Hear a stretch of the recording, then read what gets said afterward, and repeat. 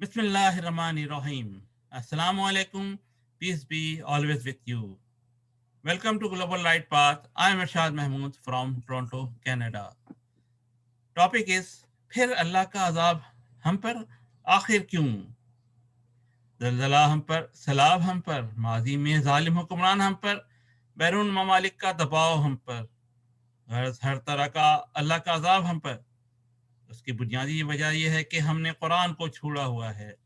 قرآن سمجھ کر پڑھیں اور اس پر پورا عمل کریں.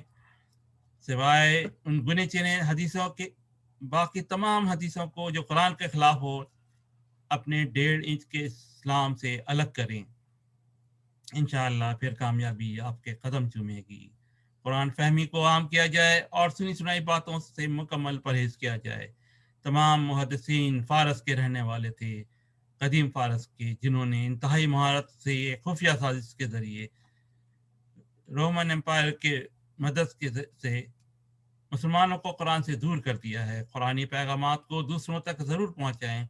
حسن قرأت نہیں بلکہ حسن تدبر کو، قرآنی عربی کو فروغ دیں اور ثواب دارین حاصل کریں. یہ پیغام اوروں تک ضرور پہنچائیں. شکریہ. جزاک اللہ خیر.